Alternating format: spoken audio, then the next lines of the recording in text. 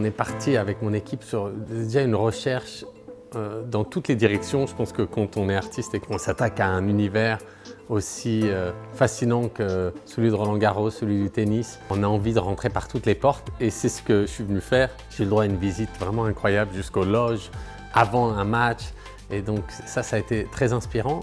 Et puis on revient toujours en fait aux sources. Et dans nos recherches, on a trouvé une image de quelqu'un qui mettait de la terre battue. Et c'est vrai que c'est quelque chose auquel on ne pense pas, auquel moi en tout cas je ne pensais pas, ce moment-là. À chaque fois qu'on découvre un cours à la télévision ou qu'on va voir un match, tout est déjà en place. Et donc on ne pense pas à ce rituel-là et le côté très graphique de celui-ci. Et d'un coup, je me suis dit, le mariage des deux pourrait être vraiment fascinant et on est parti là-dessus. Et maintenant, l'idée c'est de le photographier en réel. Il y a toujours une partie un peu montage ici à l'atelier, puis ensuite vraiment la construction dans le réel de cette image.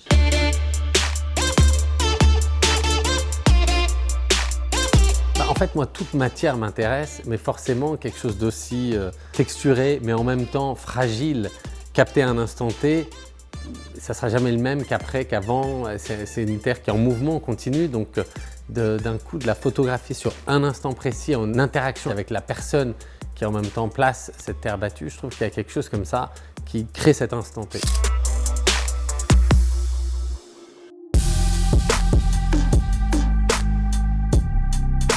Pour moi, il y a quelque chose toujours de l'inconnu quand une affiche part avec une de mes images. En fait, si on regarde bien, il n'y a jamais écrit JR dessus ou mes initiales. Il y a juste une image noir et blanc en contraste avec quelque chose. Et c'est souvent comme ça, ou pas, que les gens peuvent reconnaître. Mais ça me plaît en fait que certains reconnaissent, d'autres pas, puis un jour découvrent qui est l'artiste derrière. Je trouve qu'il y a ça sur beaucoup des affiches qui ont été faites aussi pour Roland-Garros, où des fois on reconnaît tout de suite la patte de l'artiste, des fois pas, mais d'un coup on se plonge dans l'univers de l'artiste. Et je trouve que la beauté de ce chemin fait que ça ouvre à des publics qui découvrent aussi et qui vont se faire leur propre idée.